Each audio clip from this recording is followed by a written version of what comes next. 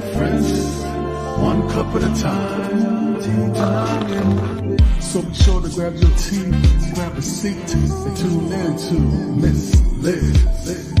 Tea time, making a difference, one cup at a time. Tea time, yeah. Tea time.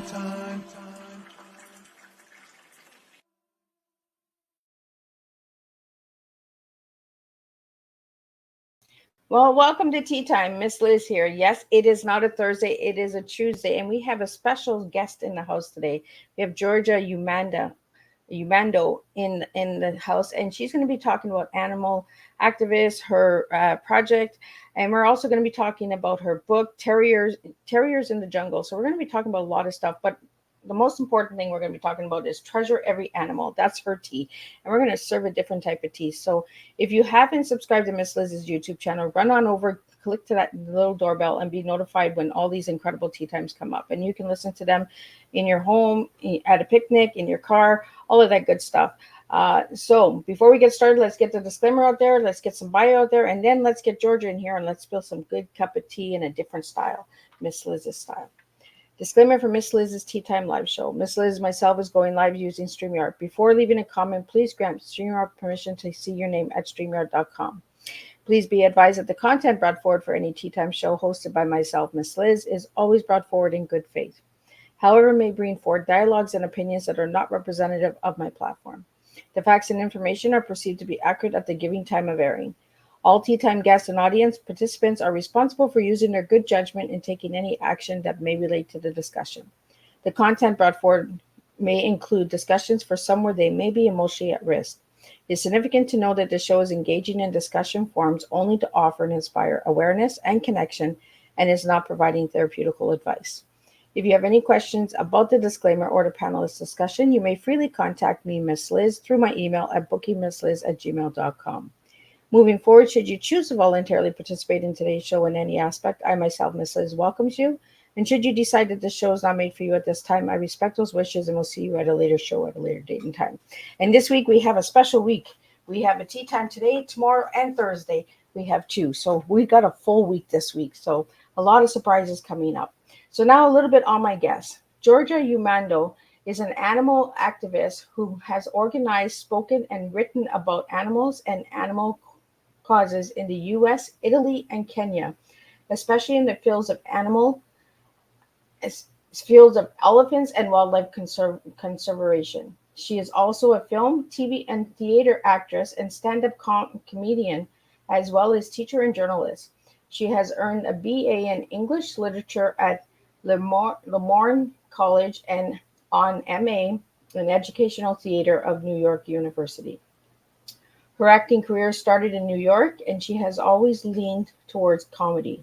She appears on all the episodes of a sitcom with Ed Asner, Off the Rack, played the title character in an award-winning short film, The Godmother, and was nominated for awards for her theatrical performance in Kaballah with Avery Shriver. She has performed stand-up comedy in Los Angeles, San Diego, and in 10 other states. Things changed when she got a dog and quickly became an avid animal advocate and featured journalist. She produced and starred in a cable show web series with her dog, The Georgia and Marcella Show. Soon afterwards, she got involved with elephants.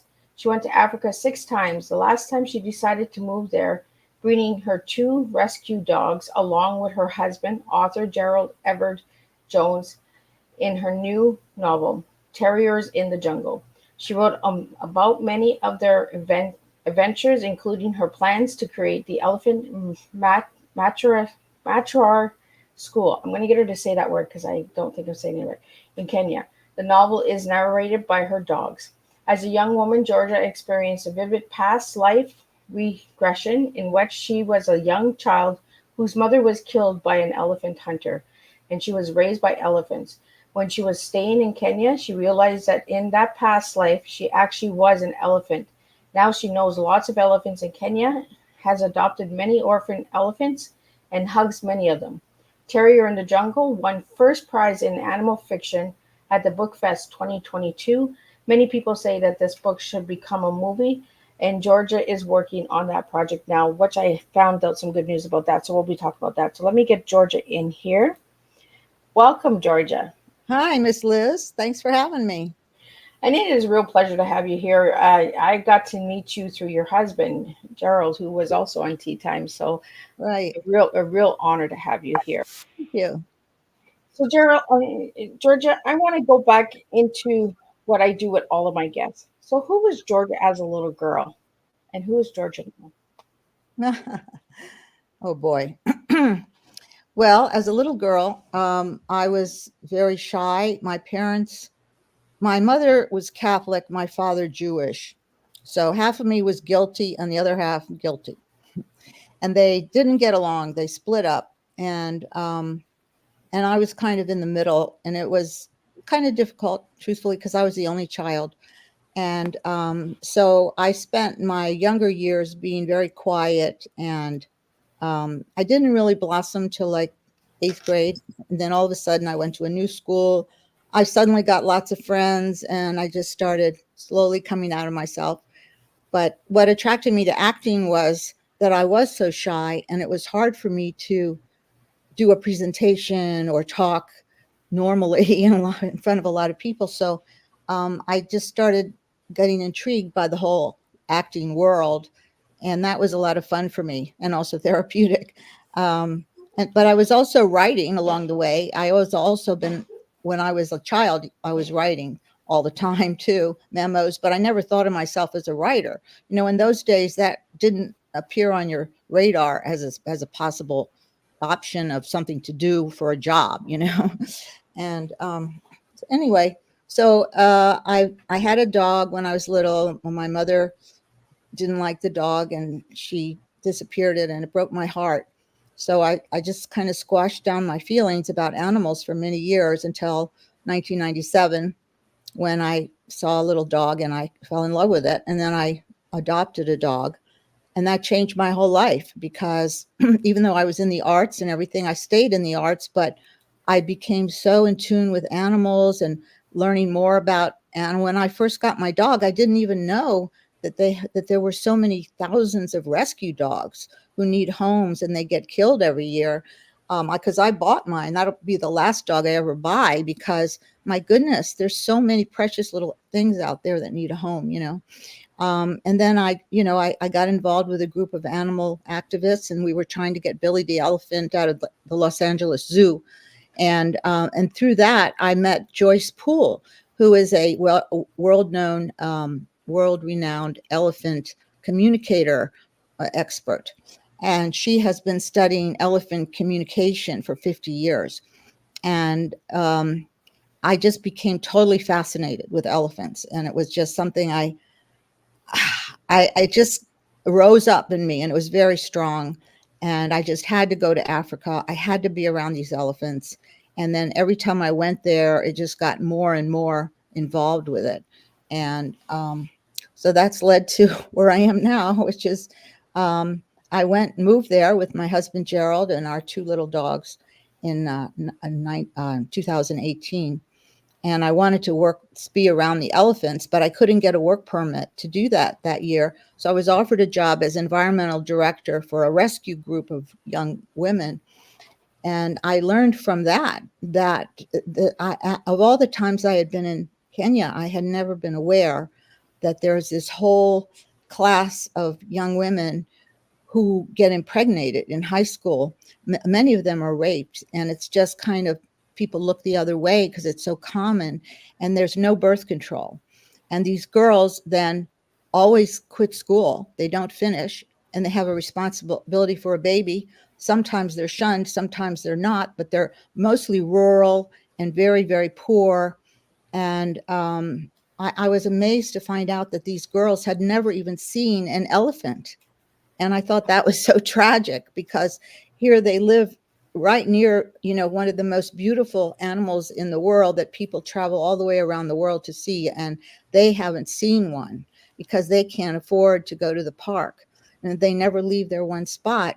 They had never, ever eaten in a restaurant in their whole life. So it was my pleasure to be able to take them and show them their own country, and I showed them also movies about animals and wildlife conservation. I took them to the beach. We saw the turtles. There were monkeys all over the place. We went to see this monkey conservation center. And then on our big trip, I took them near to the big park, and they got to see, which they had never seen before, the elephants, giraffes, zebras. I mean, they had never seen them. It just blew my mind. Anyway, they were all happy, really happy. And especially when I taught them that the elephant herd is led by the strong mother elephant, the matriarch. And I told them that they will be matriarchs when they go back to their villages, and they'll be the one who knows all about the animals and the wildlife and how to protect them. And they really resonated with that. So that's how, when I moved to Africa, I was hoping I would find a way to help elephants. Okay, well, this is what I found. This is the way, because if we can educate, so I started an organization with 2 Kenyans over there, the guy that I worked with at the charity, plus another young woman that I became friends with. And it's called Elephant Matriarch Project. And it's geared to these young rural mothers. And it's going to be, we're going to evolve a conservation education center. So first of all, they're going to have some tutoring. They're going to learn English well, and they're going to get their high school diploma. But all along the way and beyond, they're going to be inundated with lessons about conservation, wildlife, ecology, helping the environment. And then that will lead to vocations for them, like being rangers, being eco farmers, being eco tour guides. There's a lot of different things that could open up for them. And right now, conservation is led by men, period, especially in Africa. So we need women in conservation, and these girls need a way of life that they can live without being stuck, in this little rural place and not knowing or seeing anything in their whole life except raising kids. So that's why I started this group, because I love the elephants. I want to help the elephants. These girls will be able to help them once they're empowered with the right information and training. So that's how it evolved, and that's where I'm at now. We just had our second fundraiser Saturday, and we were lucky because we were able to go on WhatsApp Zoom call and talk to the partners in Kenya. They came in to talk to the party goers. And then also I have a Kenya friend who lives not too far away from here. I just met her several years ago, and she got her friends to come, and they were all in the Maasai tribe, and they all dressed up in their Maasai outfits. And then I searched high and low. I could only find one Kenyan musician in all of Los Angeles, but he came, and it was great because he was playing Kenyan songs, and they were dancing and singing, and everybody had a great time. And I had a lot of volunteers that brought food, and we had a, art auction and things like that. And we're also trying to build up contact with a safari company so we can help them to get an inexpensive safari.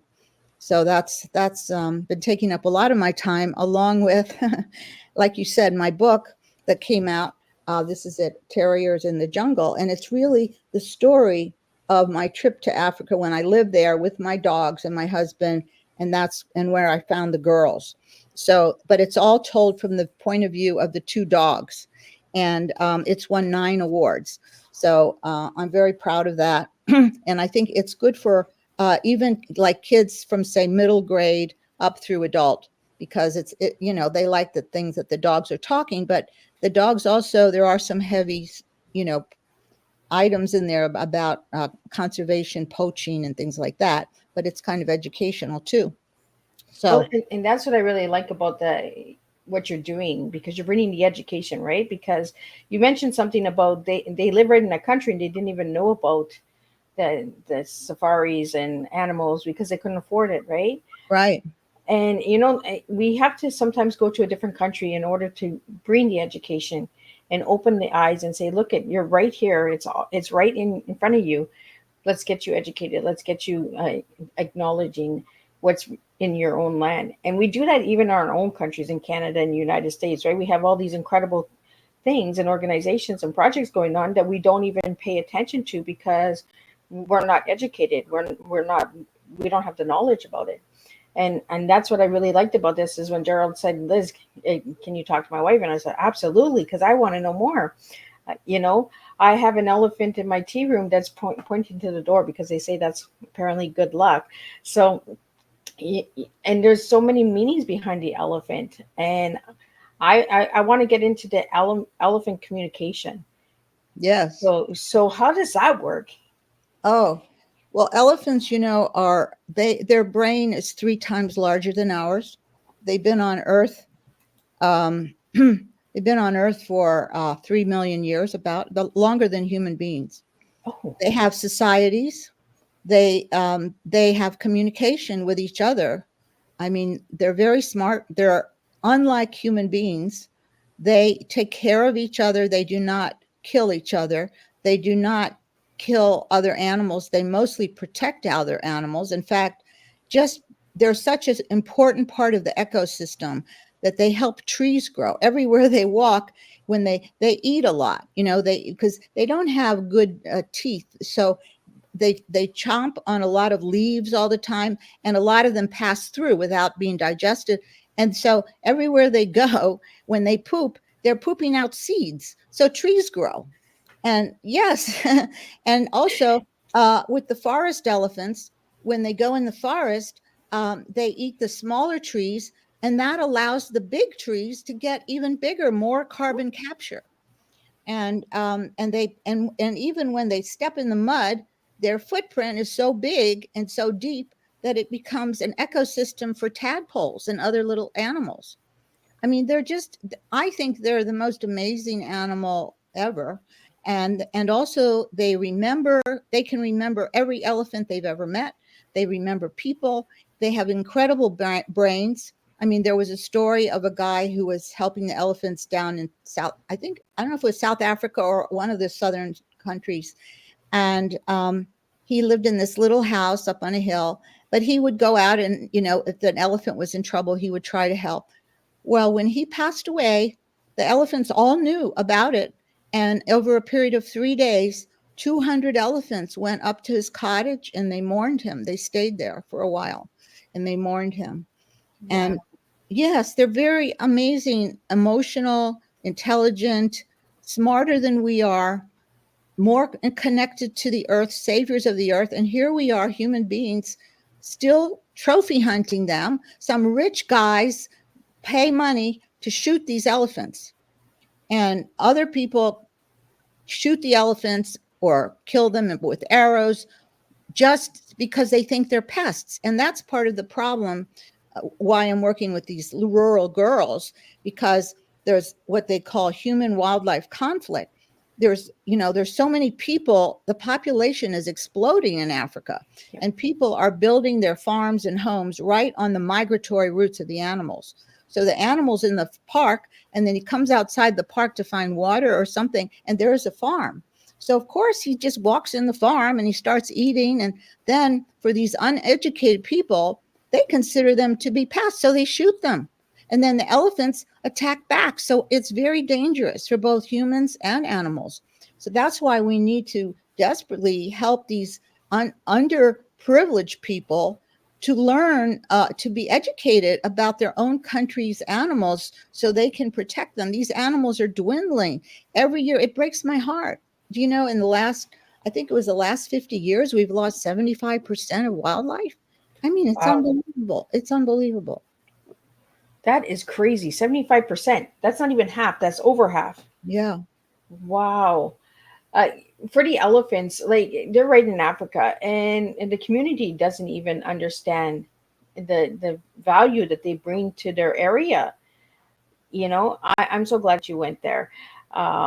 And you've been there 6 times. So each time you went, Georgia, did you learn a little bit more on the elephant? Oh yeah, because every time I went, I was really fortunate that I had this job it was working for this little online magazine. But because of that, I was reviewing, I reviewed ecotourism and animal welfare and wildlife. So when I went there, I was treated to these wonderful safari trips all over because I was writing articles about them. And then I was also had open doors to interview these top conservationists in the country. And I was able to see a lot of the country. So I feel very fortunate that I've gotten to this position where I know more than most people do in our, in our world anyway, about Kenya and what's really the lay of the land there. I mean, not in all areas, but especially in the wildlife type things, So, Georgia, let's get into your trip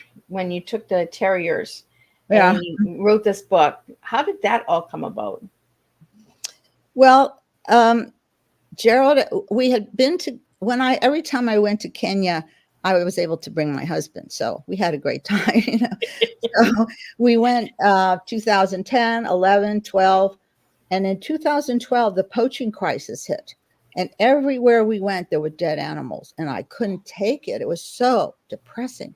So I didn't go back again until 2017 when it was under control. They had finally, and Kenya is one of the best countries in Africa as far as poaching, and they outlawed it completely. They were the first one. They had this huge, in the park, they brought all the elephant tusks, because when an elephant dies and then they catch the poachers with the tusks, and then they take the tusks, and then what do they do with them? They have them locked up somewhere. So my friend Winnie Carew, who now works with the government, she's a conservationist. She suggested and also organized that they would bring all the tusks to the Nairobi National Park, and they had this huge burning of the tusks, because in Southern Africa, they're still stealing the tusks and using the tusks and promoting the tusks. But here, no, we're showing that the tusk is not important. It's the elephant that's important. Yeah. The tusk, it's just, so they had a big burn, and I'm very proud of them as a country. But even with all that, they still have poaching. They still have to watch us inside the parks. They have several really big, beautiful national parks where you can go on safari, and those are guarded pretty well. But right around the edges of the parks where the animals go out, that's where they get killed, because it just takes so much manpower to watch every square acre, and there's a lot of poverty. That's another driving force is the poverty. And some poacher from some other country says, you just throw this arrow and then I'll pay you $50, and then they, it's horrible. It's horrible. But I mean, I don't even want to go to the southern states of that, even though they're beautiful. I know they're beautiful. I've seen pictures. I'd love to go to Zimbabwe, Botswana, but you know what? I can't take the idea of being there in that area, in that, field of, anyway. So that's why I love Kenya, and trying to help them to rise up even more, because they do have a lot of poverty there. And, when people are in poverty, sometimes they do things that they really wouldn't do otherwise. Yeah. Well, that's it, right? It's survival. Yeah. And sometimes it's not even understanding how to survive. It's just being taught, right? Generations and generations. We just kill this animal for no reason. Well, they kill it they kill it because they need the money or because they're eating it. So they are eating the elephant. Not so much. No, not in Kenya. Oh. I mean, you hear of a rare instance in a village in some other country doing it, but it's not common. No. Oh, okay. I'm an animal lover, and I don't understand it. I know that we eat meat to survive, and that, but we don't need meat to survive. It's shown now we don't. Exactly, right? Where we can be vegetarian and that, and we don't need the meat. Right. But it's generations that has taught us, right? That yes, that's what we learn in school. The food groups. One of them, they have a cow in there. I mean, we don't think about it because it's put in our head when we're little. But if you can get beyond that and really look at the situation, how 50,000 billion cows or something killed every day. It's just mind-boggling. It's just horrible. What kind of a race are we? We're murderers. I don't, it's astounding to me. And I really think we need more feminine energy in the conservation field, Well, we need the feminine in a lot of areas in life, right? Because we need the female leader as well. It's like the elephant. The elephant mother is the leader, That's right. So we have to take a look at how animals and wildlife are surviving and giving the message to the human being, right? Is look at a lot of animals. It's the mother that's leading the pack. It's not the father, it's the mother. Right, right. So I want to get into this book. Can I just say one thing? Sorry. My name is pronounced Umano, Georja Umano. Umano. Yeah, because you were kind of off on that. So I just wanted to clarify. Sorry.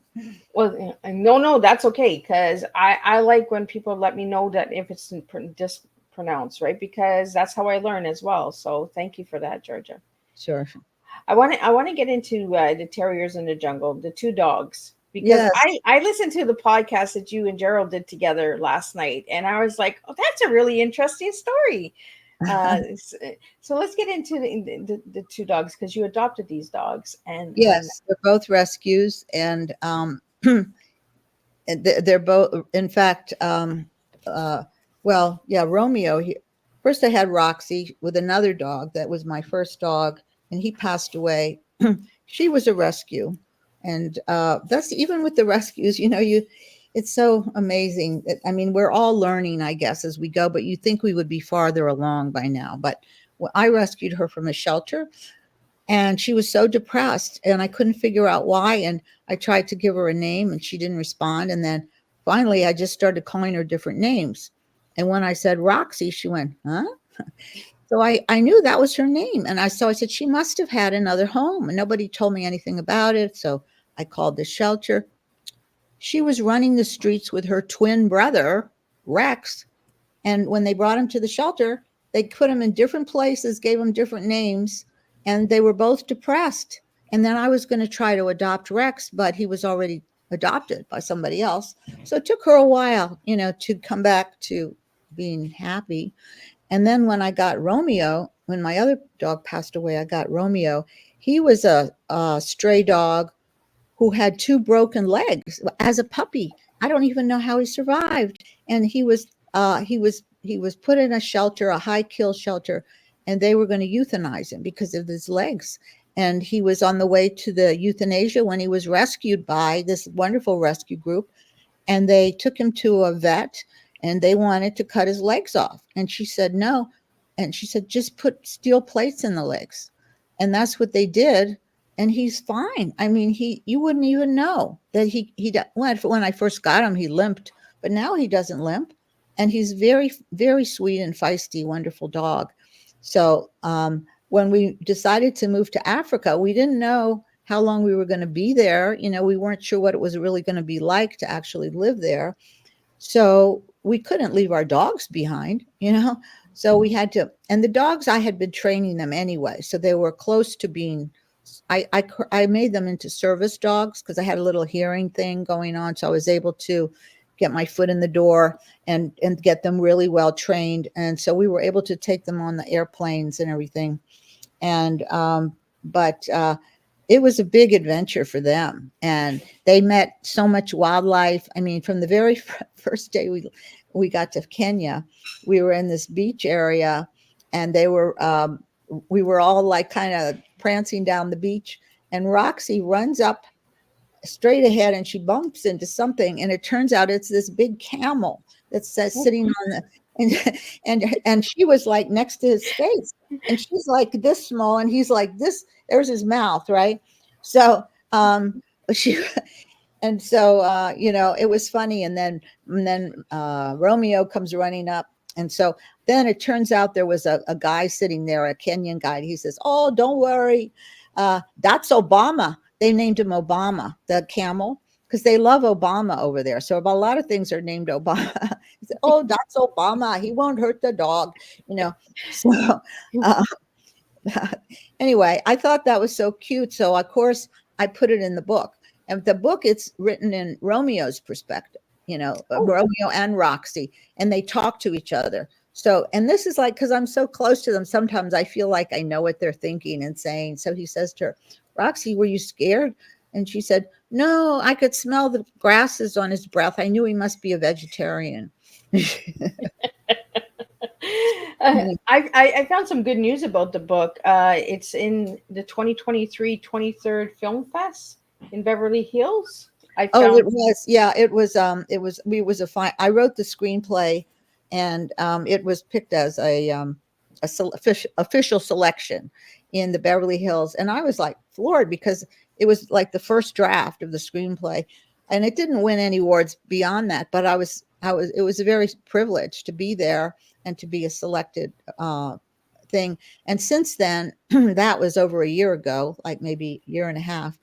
I've been working with different writing groups and consultations and different people, and they getting feedback on the screenplay and rewriting it, parts of it over and over, because, you can write whichever you want in a novel, but in a screenplay, if you want it to go anywhere, you have to get other people to like it enough to put money into it in order to make it a movie. So that's much more demanding. And also the structure of a screenplay is much more demanding than a novel. You can pretty much do whatever you want. In a screenplay, they're looking for the 3-act structure. They're looking for this, they're looking for that. And I've rewritten this thing 20 times. And I thought in my mind, it's going to be the first conservation movie for the whole family. Because usually if you want to see a movie about conservation, it's a documentary, and they're usually pretty serious. So this would be not a documentary, a story, but will have lots of conservation themes in it, but it will also have the talking dogs. So that way I thought it would appeal to the whole family. And I love it. I love it the way I wrote it. Then I developed songs for the dogs to sing and everything. And people have trouble every time I show it to somebody in Hollywood. They have trouble wrapping their mind around it. Where is it the dog or where's it the lady? And so, so I'm actually on the verge of attempting another different draft, which is going to be taking out the talking. And this one producer I talked to, he said, take out the singing and dancing because it's going to make it so expensive and on top of everything else. And also just take out one dog and make it focus a little more on the woman, because I created a woman. I mean, she's loosely based on me, but it's a different story and everything. So, so that's what I'm going to try and just see what kind of reactions, because I have gotten some awards with it already, but not high enough that it's going to be noticed that much. So, I have a strong will about this. I really want to get a movie made, and I've written other movies too, but I sort of gave up several years ago because it's so hard. You have to meet the right people. You have to get the money. It's just, unless somebody just really loves it, it's a long haul, Yeah. So anyway, that's what I'm doing. Besides the charity, I really want to get a movie made. So I'm working on that. Well, I think it'll happen, and I'm glad that you're mentioning all this, because a lot of people, they think, oh, making a movie is so easy. Well, there's a lot of steps that people don't see that you have to do, right? You have to know the right people. You have to have the money. You have to have the funding, the acting, the actor, and if you're using animals, you have to get the right animal to do this and all of that stuff. So there's a lot of different stages behind making a movie. It's easy for us to go watch a 1 hour, 2 hour movie, but there's a lot of things that are not being seen, right? The back behind it. It's like the iceberg, right? You see all the success, but you don't see all the hard work behind it, right? All the late nights and rewriting the screen. That's true. Yeah, that's true. Like an iceberg. So, Georgia, you got into comedy. What was it about comedy? I don't know. I guess I always had a sense of humor, but I enjoy making people laugh, and I was also part of my inner journey of coming out of myself, because like I said, I was very repressed as a child. And it's thrilling when you get up there and say something and people laugh, and deliberately, So I had fun doing that and writing the jokes. And So yeah, I did that for a while. And but then, you know, it's hard. And there was a heyday of comedy back a couple decades ago, when there were a lot of comedians on the road and women, but then it kind of died down. And by the time I got into it, I went on the road a bit, you know, like I played in different states, but it was hard. You know, it was because my comedy was a little more intellectual, and then I would get a job in some bar in Augusta, Georgia, or something, and be full of these guys who were drunk, and they just wanted to hear dirty jokes, basically. You know, I mean, I would go up and tell my stories, and I didn't get much laugh, and then this next woman would get up, and I swear I had heard most of her jokes before. They're like typical dirty jokes about prostitutes and stuff. And she would just say those jokes, and they were rolling in the aisles. And that's what they wanted. So I didn't want to do that. You know, that's not why I got into it. So how old were you when you got into acting? Oh, gosh, I don't remember. I really don't. I'd rather not talk about age. So let's get back into the jungle. How did you get the title for your book? I don't know. Just thought it was a good title. I mean, Terriers. I don't know why. It just, you know, because it's about their experiences in Africa. So, and they're terriers you don't usually see. In fact, when we were there, I people would come up to me when we lived in Nairobi for a while, the big city. People would stop their cars. I'd be walking my dogs. They'd say, "How much do you want for them?" I'd say, "They're not for sale." "Well, how much are their babies?" I say, they're pets. They're not for sale." "You mean you're not selling them, and you're not selling their babies? You're just parading them around?" I said, "Yeah." So then he was like mad, you know, and that happened more than once. And then when I was living in the poorer community, they'd say, "Oh, give me one." I say, "Why should I give you one?" "Oh, because you have two." You know. So I had to be very careful. I never left them anywhere. You know, I had been planning to do a little bit more, you know, in-house and around traveling, but it was difficult with them. People were not used to seeing them. Most of the dogs that we saw there were big dogs, and they were used for security. They kept outside. A lot of them stayed in a cage all day, and at night they went to guard the house, and they were thrown scraps, and that was their life. So I was terrified somebody was going to steal my dogs. So I had to stick close, but I stick close to them anyway. But I wouldn't let, you know, it wasn't until we almost were ready to go home. We trusted this one guy that worked at our hotel. So we went out a few times without the dogs, but otherwise I wouldn't leave them, you know. Or Well, if I went to work with the girls, then they'd stay with Gerald, you know. and in the interview that you and Gerald did together, I heard that there was a lot of shots, a lot of vaccines that the dogs had to take. That was another thing. Rabies shots, constant rabies shots, which, you know, I mean, I know, and most of the dogs there don't have rabies shots. That's the scary part. And so, and then we were told, you know, parasites. Well, they took all the rabies shots. They ended up getting the parasites. When we came back to the States, they were both sick. And one of them, Roxy, she couldn't control her mouth. It would go like that, and drool would come out. And I took her to so many doctors and animal hospitals, and they'd say, "I don't know what's wrong with her." Even these specialists said, "Well," I said, "we just got back from Africa." They'd say, "Oh, I don't know anything about Africa." Finally, found a doctor that was recommended. He specializes in unusual cases. He sent their blood to UC Davis, which does agricultural studies. They discovered that they had dung beetle parasite, which they were the first American dogs to ever be recorded to have dung beetle parasite. And in order to get over the dung beetle parasite, they had to be injected with pesticides for 6 weeks. Wow. And that was awful too. And And then, my little Roxy, again, she's had so many things. She got cancer after that from all the pesticides, but that she overcame both of those things. And also they said she still has a little aneurysm on her heart because of the pesticide was nested there. And so I said, oh my God, what can I do?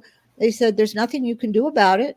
They said, she may not make it. She may, or she could live a long life. We don't know. She said, just let her have a regular life, So she does. She has a regular life, but when it's hot out, I noticed that she really doesn't tolerate the heat that much. So whenever she starts panting, we rest under a tree, and she always gets lots of water, and she's fine. I mean, we got back. I mean, we've been back for 4 years. So she's been, fine. And she bounces back. So thank goodness.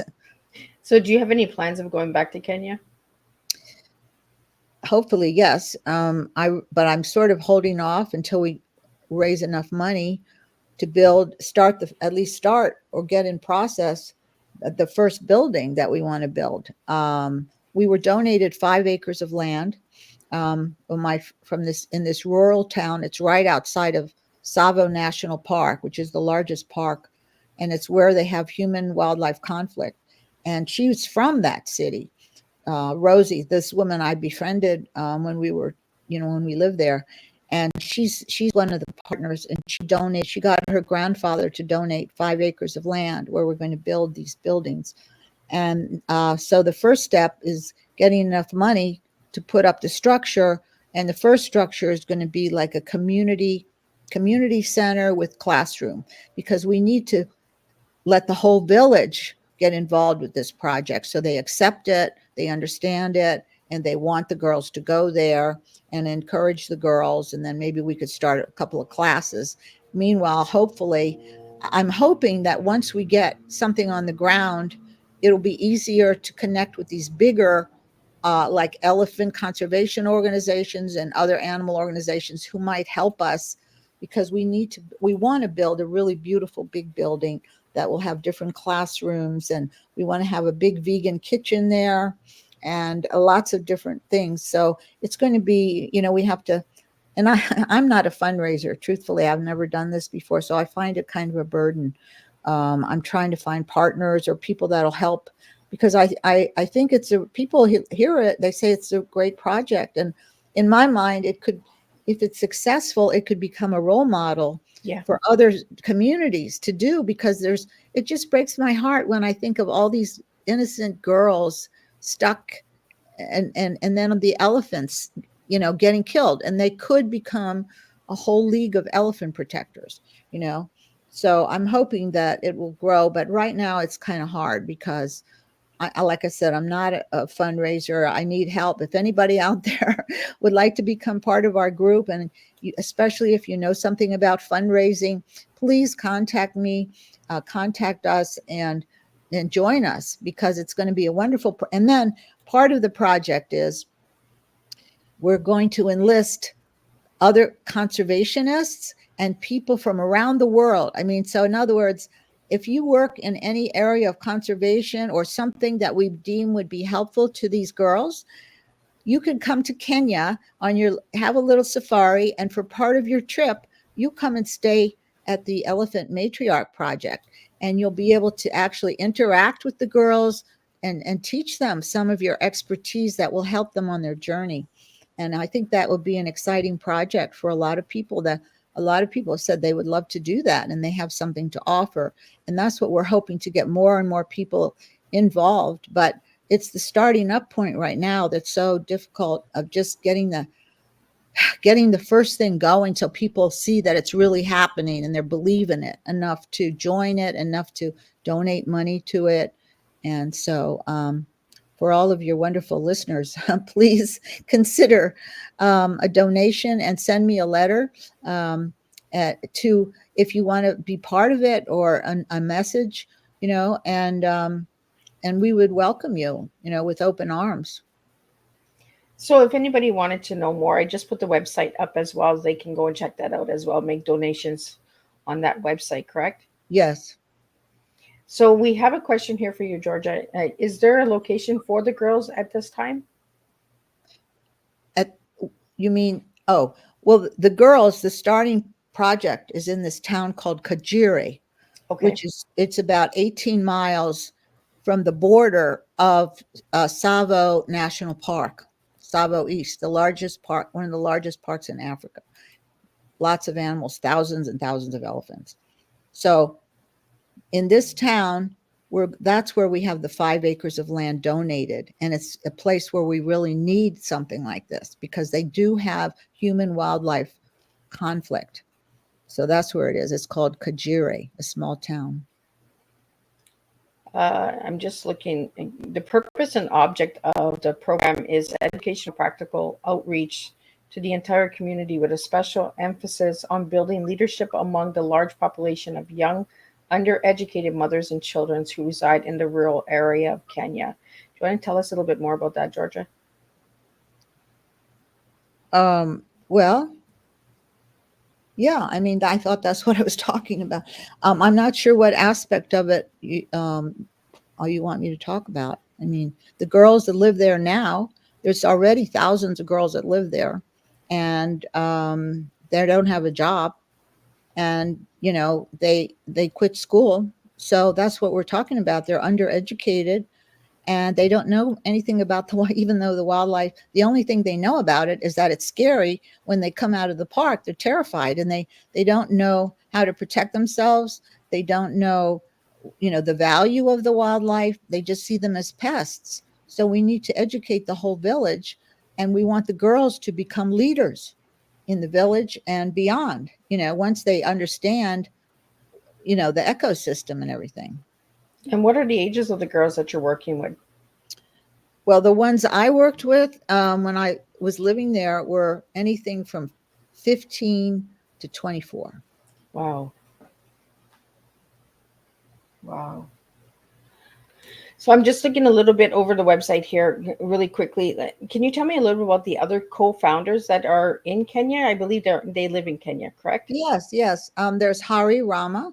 He was the director of the girls rescue group where I worked when I lived there. It was called Africa Girls, and it was specifically for these young girls who had babies, and their family was too poor to take them, to accept them and their babies, or their family was too mad at them to keep them, or maybe they were even abducted by a member of their family, or in one case, she was raped by a government official and she was hiding. So, there's all kind of cases there. And though they were rescued because they had nowhere to go. And so it was a rescue group.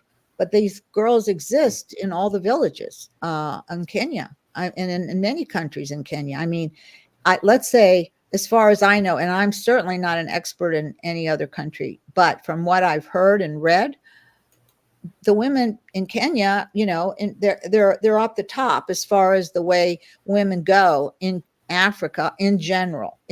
I mean, there are many exceptions, and in the big cities, of course, it's a little bit different. It's the rural area girls that really have it bad. So right in like the poverty areas, like where the poorer areas have it really bad?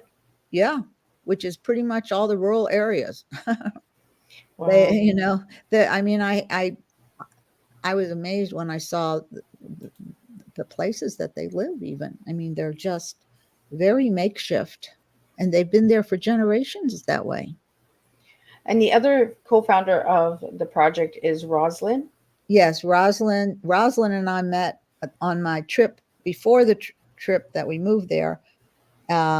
She was working in a conservation lodge, and we just hit it off, and we just stayed friends. And she's the one that introduced me to Hari. And then as time went on, I found out we both loved elephants. And she told me that because she grew up in that town, and her grandfather had land there, and her grandfather told them that a lot of people didn't like the elephants, but he told her that they were part of our family, and we have to take care of them, that they're not there to hurt us. We have to learn how to make peace with them. And so that she always grew up loving elephants and considering them part of her family, which was unusual. Well, and in your bio, you said as a young girl, you experienced a vivid past life. So let's talk about that past life and the elephants. Okay, well, it wasn't really too young of a girl. I was already an adult, but a young adult. I came out to California, and I guess I came out here in well, it was before I came out. It was around the certain time I came out, about 82. I had, my friend, I used to live in New York also, and my friend in New York was studying NLP, neuro-linguistic programming, which is a kind of a light hypnosis where you help kind of heal yourself. I don't know. Anyway, so I was a little bit interested in it through my friend, and I had an accident when I was out here. I fell through a little stairwell and my leg was dangling down, and I, my friend screamed that was with me. She saw me fall. And then after that, I tried to get healed, and I did whatever I did for that, but the pain wouldn't go away in my back. So I went to see this guy. He was advertised as an NLP practitioner, hypnotist, plus he did body work. So I thought maybe he could help me with this lingering pain from the fall. And he did. I mean, he was great. He told me to relax, and he took me back. He told me to go back in time in my mind to the moment when I had the accident. And I described it, and he says, okay, tell me exactly what happened. And I told him about how my leg fell through, and my friend screamed, and he said, he says, what happened is you took her scream into your body. So he says, we have to go back and tell her that you're okay. So we went back. He put me in this relaxed state, and we went back to the moment. And then he said, okay, now you hear her saying that. And so he says, now tell her it's not that bad. It's okay. And I did. Pain went away. Wow. I know. It was incredible. So I love this guy. I thought, wow, he knows how to do something, So a few months later, I went back again, and I had another issue, but it was more of a boyfriend type of issue. It was before I was married. And so he said, okay. He says, I'm going to get you relaxed, and we're going to go back in time to the first year when you had this type of problem with men. Okay. So he gets me relaxed. He puts me in the chair and tells me the things to make you relax. And he says, now I'm going to take you back in time. And when I get to the year in your life, when this first happened, your little pinky will pop up. He says, you're not going to make it pop up. It's just going to pop up by itself. Wow. So I said, okay. So he took me back through the years, 30s, 20, 22, 21, 19, 18. We're down. Nothing, 10, 9, 8, nothing, 3, 2, 1, nothing. Then he says 0. When he said 0, my finger jumped up. I didn't make it jump up. I jumped up. I saw this most vivid thing it was in the room right there. I was running through a jungle, and I was running after away from a poacher who had killed my mother. And I was running and running and running. And I saw this herd of elephants on the other side of the room, and they were waving to me, and I went and joined them, and they stayed with them. And that was way before I even had my dog, before I thought about elephants in any way. It just came out of nowhere. Wow. Interesting, eh? Yeah. So at first I thought it was interesting. I didn't know what to make of it. I talked about it a little bit, and then I kind of put it aside, kept living my life. And then behold, 15 years later, I get my dog, and then I get involved with the elephant activists. And then I go to Kenya, and then everything starts clicking in my mind about this thing here, So I always kept looking around and see if I could see a place in Kenya that looked similar to my vision. And I had already been there like 3 times, and I didn't see it. But then next time I saw that what I thought looked very much like it. So it was in Kenya. Yeah. And here I am, Kenya, elephants. So, Georgia, what message would you like to everybody to know about elephants out there? We have to protect them. Don't put them in zoos. Elephants don't live in zoos. They die in zoos.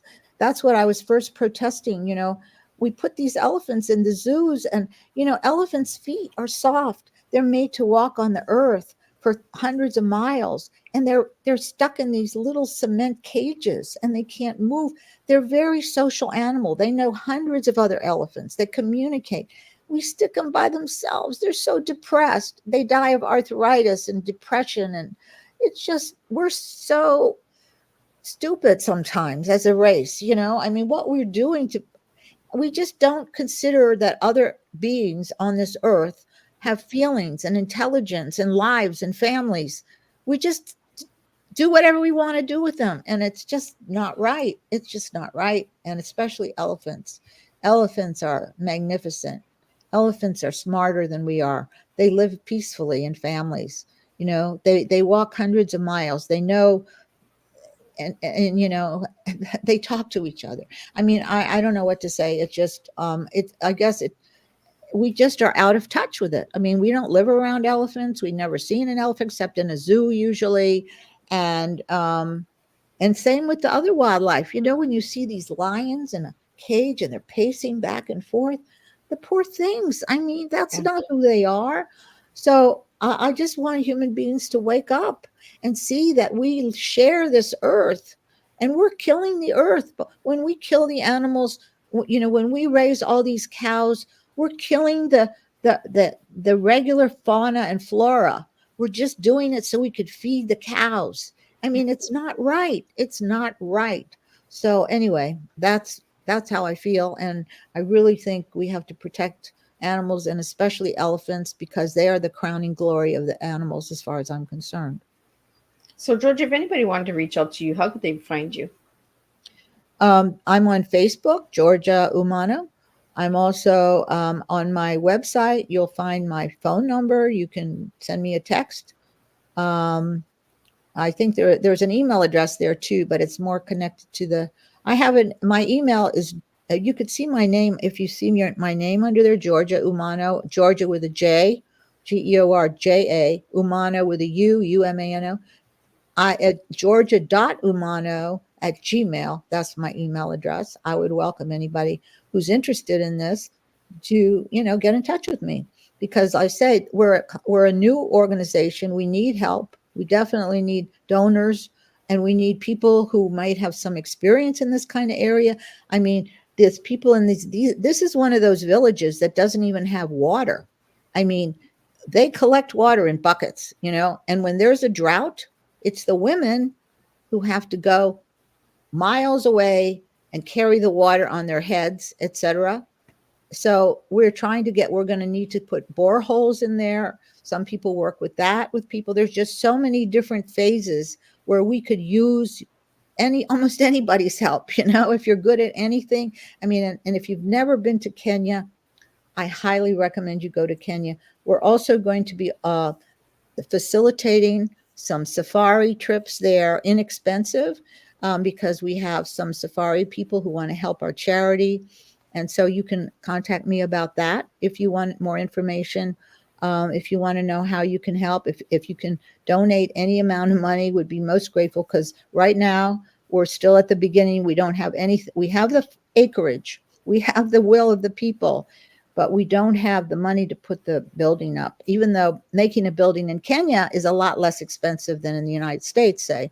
But still, it's going to be, like at least $50,000. That's our first goal.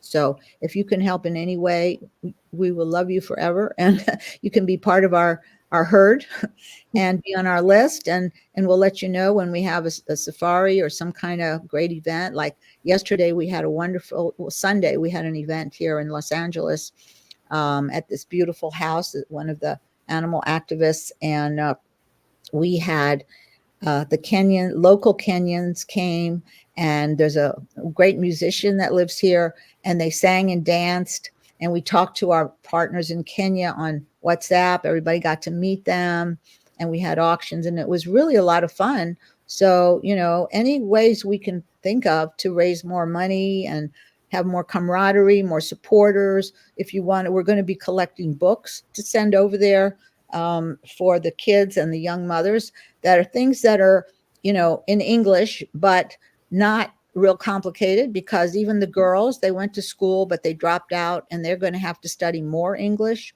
So anything like, especially animal related, would be good. So, I mean, there's all kinds of ways that you could help. And we'd love to hear from you if this moves you, And George, if anybody wanted the book, where can they find your book? The book is on Amazon, and it's on Barnes and Noble and some bookstores, if you have, Terriers in the Jungle. Yeah, it's most people like it.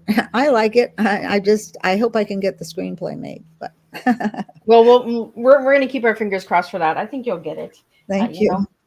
I really had a pleasure talking with you today and learning about the elephants. It was a real pleasure. Again, thank you so much for all the stuff that you're doing. And it's an honor to meet you through your husband. I love the little connection, and keep doing what you're doing. And if you need anything at all, I'm just a cup of tea away. So I really appreciate you sitting and having tea with me. And your tea was amazing, because your tea was treasure every animal. So let's keep treasuring those animals and getting educated on them, on not having them as pests, but having them as a difference in the world as well. They're here for a reason.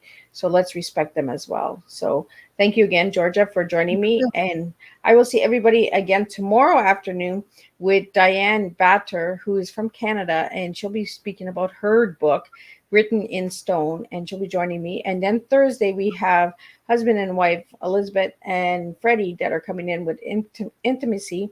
And then we have Erica coming in, and she'll be talking about mental health and the fragrance of creating a platform through her story in that. So we have some incredible stories coming up. Be sure to check that out. Check out Miss Liz's YouTube channel. Check out Miss Liz's website, www.misslizsteatime. You can see all these incredible interviews there and all the other work that Miss Liz does. Again, thank you so much, Georgia, for joining me. Thank you for having me. And let's just keep spilling a good, strong cup of tea through education, of teaching educational awareness. Thank you so much for joining me.